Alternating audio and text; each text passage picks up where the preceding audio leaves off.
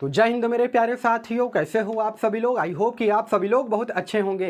दोस्तों, भारतीय डाक विभाग यानी कि इंडिया पोस्ट ऑफिस जीडीएस की ये जो वैकेंसी आई हुई है 44,228 सीटों पर, जिसमें कि एबीपीएम, बीपीएम और डाक सेवक के पद जो है शामिल है। इसमें आप सभी लोग को मालूम है कि आज की डेट से इसका एडिट विंडो पूरी तरीके से ओपन हो चुका है। वे बच्चे जिन्होंने अपने फॉर्म में किसी प्रकार की मिस्टेक की हो, गलती की हो, वे बच्चे एडिट के विंडो में जा करके अपना फॉर्म सुधार सकते हैं। काफ़ी सारे बच्चे ऐसे हैं जिन्होंने एडिट के ऑप्शन पर जा करके फॉर्म को सुधार लिया है, लेकिन काफ़ी सारे बच्चे ऐसे हैं ना जिनको कुछ भी नहीं समझ में आ रहा, उनको नहीं पता चल पा रहा है कि किस प्रकार से वे अपने फॉर्म को सुधार सकते हैं। तो दोस्तों, आज के इस वीडियो में मैं आपको टोटल जानकारी बताने वाला हूं कि किस प्रकार से आप अपने फॉर्म को सुधार सकते हो, एडिट कर सकते हो। लेकिन मेरी एक बात ध्यान रखिएगा कि मल्टीपल टाइम आप अपने फॉर्म को एडिट नहीं कर पाओगे। केवल एक बार ही मौका आपको दिया जाएगा और इस एक बार में ही आप अपने फॉर्म को एडिट करना होगा, यानी कि अच्छी तरीके से इसे आपको करेक्शन करना होगा। उसके अलावा एक बात और मैं आपको बताना चाहता हूं, जिन भी स्टूडेंट को यह लगता है कि नहीं मैंने फॉर्म अच्छी तरीके से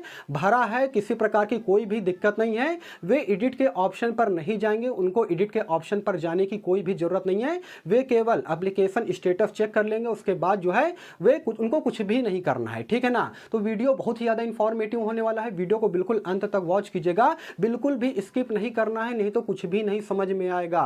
बिल्कुल अंत तक वॉच करना। और चैनल पे अगर आप सभी लोग पहली बार या फिर नए हो ना, तो चैनल को भी जरूर सब्सक्राइब कीजिएगा इसी प्रकार के गवर्नमेंट जॉब के मोर अपडेट के लिए। तो दोस्तों, आइए बिना समय गवाए वीडियो को कंटिन्यू करते हैं। मैं बात कर रहा हूं जीडीएस में जो वैकेंसी आई हुई है, इसके फॉर्म को एडिट या करेक्शन करने के प्रोसीजर को लेकर के।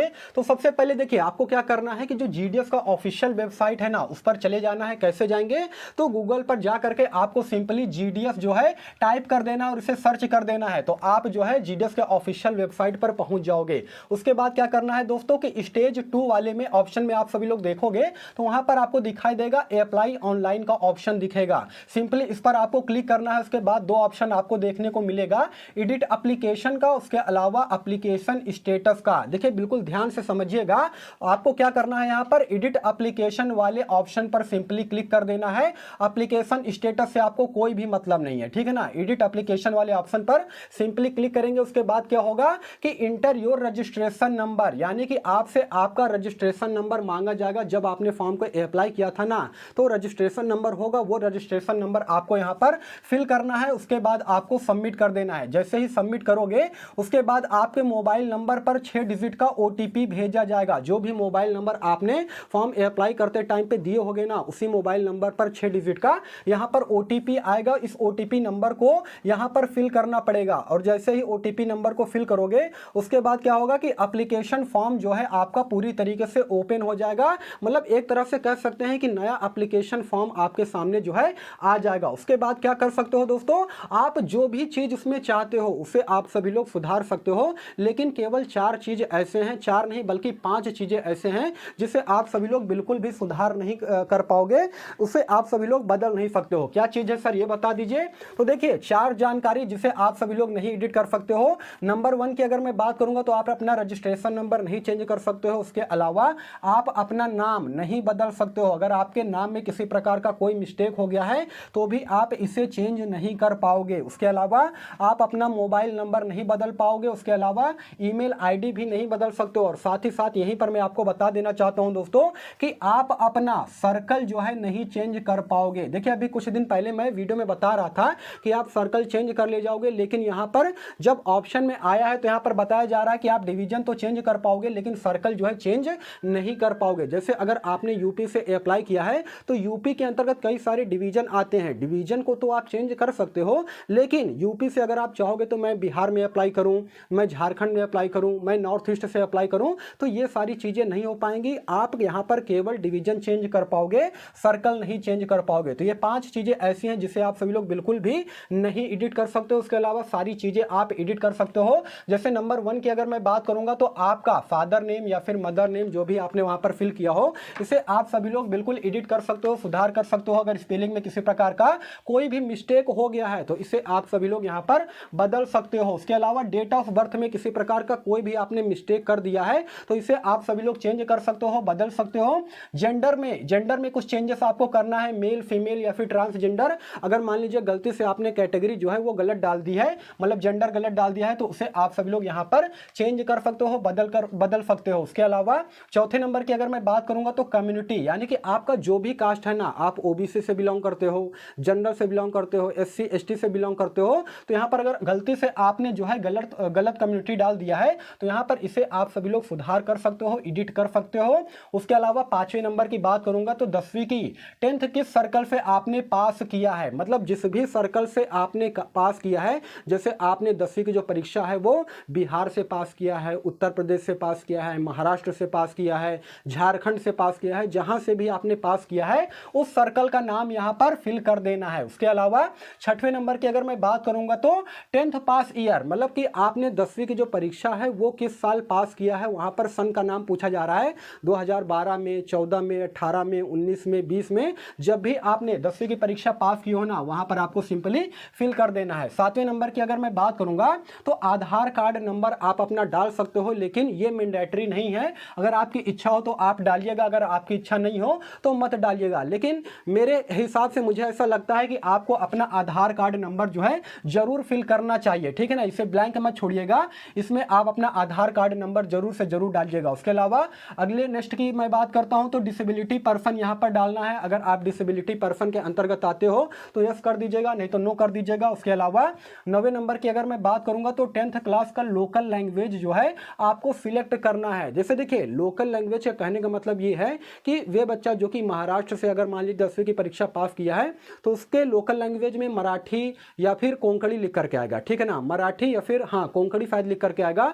उसके अलावा वे बच्चा जो कि गुजरात से पास किया है उसके 10वीं की जो मार्कशीट है उसमें जो है गुजराती लिख करके आएगा। अगर आप यूपी, बिहार, झारखंड, इधर छत्तीसगढ़, उत्तराखंड से बिलोंग करते हो तो आपके 10वीं में क्या लिख करके आएगा, लोकल लैंग्वेज हिंदी लिख करके आएगा। तो इसे आप सभी को अच्छी तरीके से सिलेक्ट कर लेना है, ठीक है ना। हिंदी स्टेट वाले जो स्टूडेंट को हिंदी ही यहाँ पर लोकल लैंग्वेज सिलेक्ट करना है। उसके बाद क्या करना है, देखिए यहाँ पर मैंने बता भी दिया है कि जिस सर्कल से फॉर्म भर रहे हो वहां का जो लोकल लैंग्वेज है उसे सिलेक्ट करना है। तो अगर आप हिंदी राज्य वाले स्टूडेंट से आते हो तो आपको हिंदी सिलेक्ट करना है, और अगर आप मान लीजिए कि वेस्ट बंगाल से मतलब कि बिलोंग करते हो तो आपको बंगाली डालना है, गुजरात से बिलोंग करते हो तो आपको गुजराती डालना है ना। तो अलग अलग स्टेट का जो है अलग लोकल लैंग्वेज होता है, उसे आप सभी लोग को यहाँ पर सिलेक्ट कर लेना है। इसके अलावा 10वें नंबर की अगर मैं बात करूंगा तो वेदर एम्प्लॉय, वेदर एम्प्लॉय का मतलब ये होता है कि पहले से अगर आप सरकारी कर्मचारी हो तो यस फिल कर देना है, और अगर नहीं है तो यहाँ पर नो फिल कर देना है। देखिए अगर आपके पास एनओसी है तभी यस फिल कीजिएगा, एनओसी नहीं है तो फिर आपको यहाँ पर नो फिल कर देना है वेदर एम्प्लॉय में। तो अगर आपने जो है कभी सरकारी नौकरी नहीं की है तो आपको यहाँ पर सिंपली नो फिल कर देना है, ठीक है ना। आइए अब आगे बढ़ते हैं, आगे का प्रोसीजर क्या है। उसके बाद दोस्तों क्या होगा कि फोटो सिग्नेचर अपलोड करने के लिए आपसे कहा जाएगा। मान लीजिए कि अगर आपने अपने फोटो में या सिग्नेचर में किसी प्रकार की कोई गलती कर दी हो तो उसे आप सभी लोग अच्छी तरीके से सुधार सकते हो, ठीक है ना। देखिए सिग्नेचर में काफ़ी सारे बच्चे क्या करते हैं कि हिंदी या इंग्लिश में कंफ्यूजन हो जाता है, ठीक है ना। तो जिस प्रकार से आप जो है हर जगह सिग्नेचर करते हो वही सिग्नेचर करना है। ये नहीं कि यहाँ पर मैंने हिंदी में सिग्नेचर किया, वहाँ पर अंग्रेजी में सिग्नेचर कर रहा हूँ, ये नहीं चलेगा। इस प्रकार से करोगे तो फॉर्म आपका रिजेक्ट हो जाएगा। मेरी बात को बिल्कुल ध्यान से समझिएगा। ये सारी चीज़ें जो मैं आपको बता रहा हूँ ना, ये बहुत बारीकियां हैं यार, कोई नहीं बताएगा, इसलिए मेरी बात को बिल्कुल ध्यान से समझिएगा कि सिग्नेचर आपको वैसा ही करना है जैसा सभी जगह पर आप करते हो, ठीक है ना। उसके अलावा फोटो आपको अपलोड कर देना, उसके बाद click save and next page पर क्लिक कर देना। उसके बाद क्या होगा कि आपके सामने एक नया पेज ओपन हो जाएगा जिसे आपको फिल करना पड़ेगा। क्या फिल करना पड़ेगा सर ये बताइए। तो उसके बाद दोस्तों ऑप्शन आएगा योर एड्रेस का, यानी कि आपका जो परमानेंट एड्रेस है ना उसे आप सभी लोगों को यहाँ पर फिल करना पड़ेगा, जिसमें कि आपका हाउस नंबर होगा, सिटी होगा, विलेज होगा, यानी कि किस शहर से आप बिलोंग करते हो या फिर गांव से बिलोंग करते हो उसे आपको फिल करना पड़ेगा। आप किस स्टेट से बिलोंग करते हो वो स्टेट जो है वहां पर फिल करना पड़ेगा आपको। कौन सा डिस्ट्रिक्ट आपका लगता है वो फिल करना पड़ेगा। उसके अलावा पिन नंबर आपका क्या लगता है उसे भी फिल करना पड़ेगा। और एक ऑप्शन आपको वहां पर और मिलेगा स्ट्रीट का, ठीक है ना। तो स्ट्रीट में काफी सारे बच्चे ऐसे हैं जो कि कंफ्यूज हो जाते हैं, उनको ये नहीं पता चलता है कि सर स्ट्रीट में मुझे क्या फिल करना पड़ेगा। तो दोस्तों इसमें आपको मेन स्ट्रीट डाल देना है, ठीक है ना। स्ट्रीट वाले ऑप्शन में आपको मेन स्ट्रीट सिंपली फिल कर देना है, ठीक है ना। उसके बाद आगे बढ़ जाना है आपको।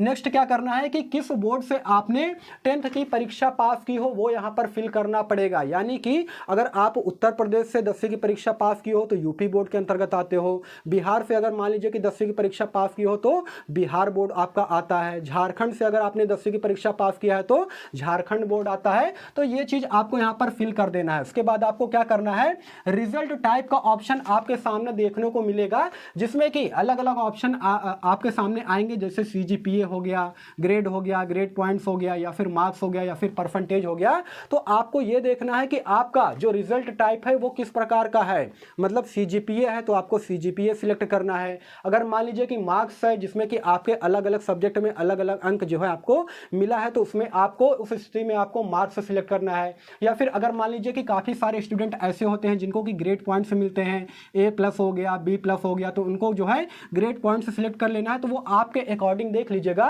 कि आपके रिजल्ट में किस प्रकार का आपका रिजल्ट टाइप है, उसी तरह से आपको यहाँ पर सिलेक्ट कर लेना है, ठीक है ना। तो मैक्सिमम क्या होता है कि ज्यादातर बच्चों का यहाँ पर मार्क्स लिख करके आता है, तो आपको यहाँ पर मार्क्स सिलेक्ट कर लेना है। उसके बाद नेक्स्ट क्या है, सब्जेक्ट वाइज मार्क्स आपको यहाँ पर फिल करना है। कि मान लीजिए कि आपके अलग अलग सब्जेक्ट होंगे, जिसमें कि मैथ होगा, इंग्लिश होगा, हिंदी होगा, उसके अलावा सोशल साइंस होगा, ड्राइंग होगा, या फिर संस्कृत होगा। जो भी आपके सब्जेक्ट है वहाँ पर क्या करना है, आपको सब्जेक्ट वाइज आपको जितने नंबर मिले हैं ना, आपको वहाँ पर फिल करना होगा सभी में, ठीक है। उसके अलावा उसके बाद आपको क्या करना पड़ेगा कि सबमिट कर देना पड़ेगा, और आपके सामने जो है एक अलग दूसरा नेक्स्ट पेज ओपन हो जाएगा। उसके बाद आपको क्या करना है, चूज योर पोस्ट प्रेफरेंस। अब देखिए ये बहुत ज्यादा इंपॉर्टेंट है, ठीक है ना। यहां पर आपको बिल्कुल ध्यान से फॉर्म को सबमिट करना है, नहीं तो यहीं पर खेला हो जाएगा। क्या करना है, चूज योर प्रेफरेंस हेयर, यानी कि यहां पर आपको प्रेफरेंस जो है चूज करना पड़ेगा।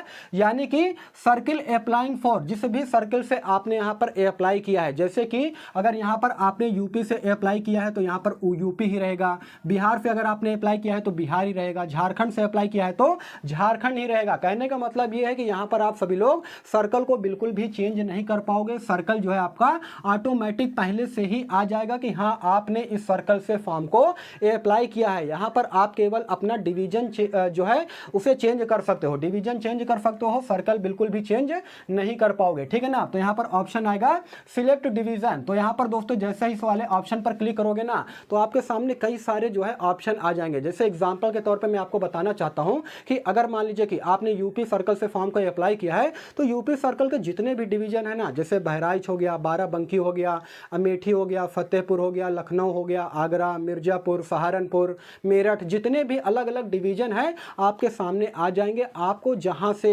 दोबारा आपको सिलेक्ट करना है, डिवीजन चेंज करना है, तो आप वहां पर डिवीजन जो है चेंज कर सकते हो। और आपको यहां पर यह देखना है ना कि आपकी कैटेगरी में किस डिवीजन में कितनी सबसे ज्यादा सीटें हैं। जैसे कि सपोज दैट अगर आप ओबीसी कैटेगरी से बिलोंग करते हो, ठीक है ना, तो ओबीसी में यह देखिएगा कि सबसे ज्यादा सीटें किस डिवीजन में है, वहां से आपको फिल करना है। उसके अलावा आपको जनरल कैटेगरी से क्या करना है, प्रेफरेंस दे देना है। और जितने आपके ऑप्शन में आएंगे, 100 ऑप्शन में आ रहे हैं, 150 ऑप्शन में आ रहे हैं, मतलब जितने भी आपके ऑप्शन में आएंगे ना, सभी पर आपको जो है प्रेफरेंस यहां पर देना है। कंजूसी नहीं करना है प्रेफरेंस देने में। काफी सारे बच्चे क्या करते हैं पता है, 2 या 4 प्रेफरेंस दे करके छोड़ देते हैं, तो ये गलती आप लोग मत कीजिएगा।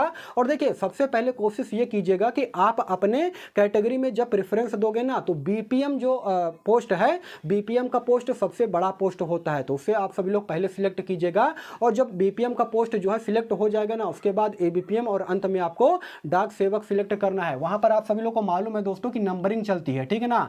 पहले नंबर पर आप किसे रखना चाहोगे, दूसरे नंबर पर किसे रखने चाहोगे, तीसरे नंबर पर किसे रखना चाहोगे, तो उसी के अकॉर्डिंग आपको सिलेक्ट करना है। बीपीएम पोस्ट सबसे बड़ा होता है, तो उसको जो है प्राथमिकता आपको सबसे पहले यहां पर देना चाहिए, ठीक है ना। तो ये आपने जो है यहां पर सिलेक्ट डिवीजन यानी कि अपना डिवीजन जो है सिलेक्ट कर लिए हो। उसके बाद क्या होगा दोस्तों कि प्रेफरेंस भी यहीं पर देना पड़ेगा, जो कि मैंने आपको बता दिया है कि किस प्रकार से आपको प्रेफरेंस देना है। उसके बाद ऑप्शन आपके पास आएगा select division for document verification. मतलब ये है कि आप डॉक्यूमेंट वेरिफिकेशन के लिए कौन सा डिवीजन सिलेक्ट करना चाहते हो। और देखिए यहां पर एक बात मैं आपको क्लियर कर देना चाहता हूं, जो आपने यहां पर सिलेक्ट डिवीजन चूज किया है ना, इसके अलावा आप दूसरा डिवीजन भी सिलेक्ट कर सकते हो जो आपके घर के नज़दीक डिवीज़न पड़ता है ना, वहाँ भी आप डॉक्यूमेंट वेरिफिकेशन के लिए अप्लाई कर सकते हो। डॉक्यूमेंट वेरिफिकेशन आपका आपके घर के नज़दीक वाले डिवीज़न में ही होगा।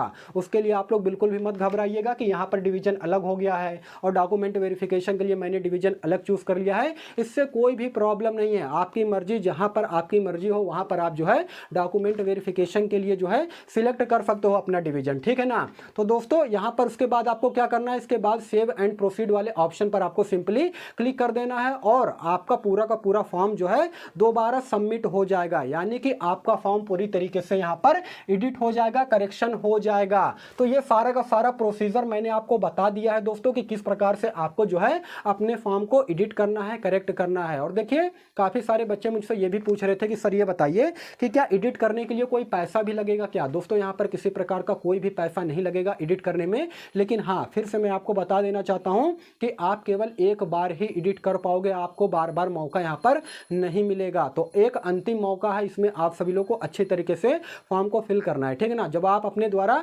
इंफॉर्मेशन फिल करोगे ना तो उसे अच्छी तरीके से चेकआउट कीजिएगा 2 से 3 बार और तभी जाकर के आपको फाइनल सबमिट यहाँ पर करना है, ठीक है ना। तो दोस्तों यही सारा सब कुछ जानकारी देना था। आई होप कि वीडियो आपको इन्फॉर्मेटिव लगा होगा। देखिए इस अपडेट के रिगार्डिंग में अगर आपके मन में किसी प्रकार का कोई भी डाउट हो, कोई भी क्वेरी हो ना, तो इंस्टाग्राम अकाउंट का लिंक मैंने वीडियो के डिस्क्रिप्शन में ऑलरेडी डाल रखा है, वहां पर आप मुझे पर्सनल मैसेज कर सकते हो, मैं वहां पर आपको रिप्लाई भी दूंगा या फिर कमेंट सेक्शन में भी कमेंट कर सकते हो। और अगर अभी तक आप हमारे टेलीग्राम चैनल से नहीं जुड़े हो ना, तो जल्द से जल्द आप हमारे टेलीग्राम चैनल से जुड़ जाइए, वहां पर आपको बहुत ज़्यादा बेनिफिट मिलेगा।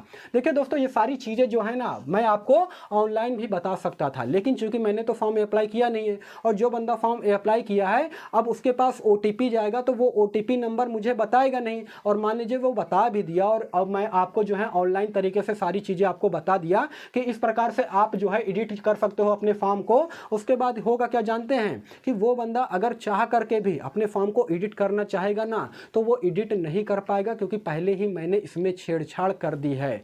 इसलिए मैं यहाँ पर आपको ऑनलाइन तरीके से नहीं बता रहा हूँ, व्हाइट बोर्ड पर मैंने अच्छी तरीके से आपको समझा दिया है और उम्मीद करता हूँ कि आपको सारी जानकारी समझ में आई होगी। बाकी दोस्तों फिर मिलूंगा किसी नेक्स्ट वीडियो में, तब तक के लिए धन्यवाद।